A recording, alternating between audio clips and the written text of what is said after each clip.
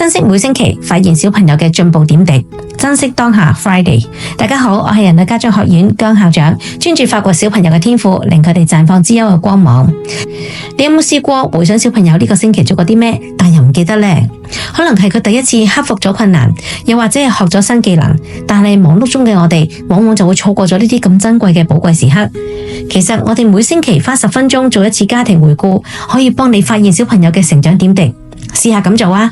一、回顧開心時刻，問小朋友今個星期邊一刻最開心啊？家長可以帶頭咁講，例如係我最開心嘅就係你砌嗰個模型嗰陣，覺得你好有創意啊。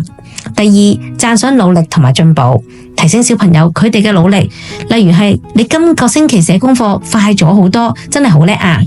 第三，計劃下星期，問下佢下星期你想試啲咩新嘢呢？幫佢設定一啲簡單嘅小目標，令到佢更有方向。呢個小習慣唔單止幫到你了解小朋友，更加會令到佢感覺被關心同支持，珍惜每一個分享，因為成長係一步一步累積嘅。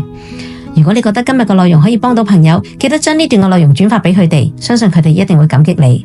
亦都邀請佢哋加入我哋嘅 WhatsApp 群組，有更多嘅豐富資源分享。